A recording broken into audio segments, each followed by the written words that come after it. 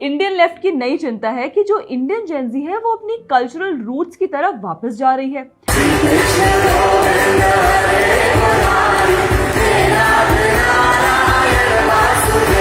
ये चिंता उन्हें बहुत सता रही है कि जो इंडियन यूथ है वो कार्डी बी के गाने नहीं सुन रही, कोई क्रांति नहीं कर रही, बल्कि भजन सुनने में बिजी है।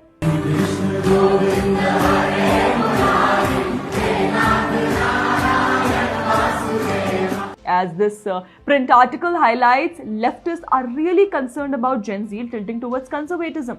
Bhajan raves and Kundli matching are apparently not ideal. The Indian Gen Z has disappointed Indian leftists, and good they did. After Bangladesh and Nepal, every Indian leftist thought that this is the way to remove PM Modi by using Indian Gen Z. Unfortunately for them, Indian Gen Z is tilting more and more towards its roots. वो धर्म की तरफ जा रहे हैं, वो रेव्स में भी भजन गा रहे हैं। लेफ्टिस्ट को तो रेव के नाम पर सिर्फ ड्रग्स ही मालूम है, तो वो भजन रेव्स सुनकर घबरा रहे हैं। भजन रेव्स तो बिल्कुल रेज बन गए हैं आजकल, और कुंडली मिलाने में भी इनको दिक्कत है। क्यों भाई, हिंदुस्तानी सभ्यता है, शादी से पहले कुंडली मिलाने की, अब इससे भी क्या दिक्कत है आपको? तुम्हारे घर का क्या ले जा रहे हैं अगर वो कुंडली मिला रहे हैं तो? या तुम्हें बेसिकली इस बात से दिक्कत है कि जो जेनजी हैं वो तुम्हारे प्रोपोगंडा में नहीं फंस रहे और अपनी धार्मिक रूट से जुड़े हैं? खुल के बोलो भाई।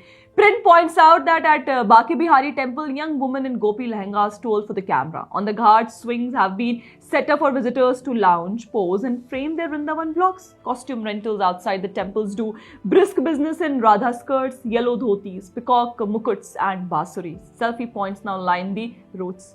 How is that even an issue? क्यों भाई, Gen Z क्यों नहीं अपने रिलीजन से कनेक्ट करे? क्यों नहीं वो गोपी बने? क्यों नहीं वो राधा रानी की वेशभूषा पहने?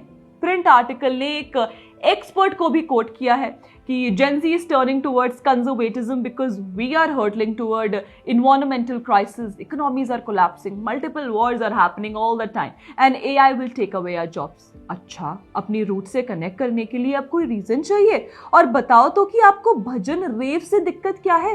रेव से तो आपने कभी कोई दिक्कत जताई नहीं।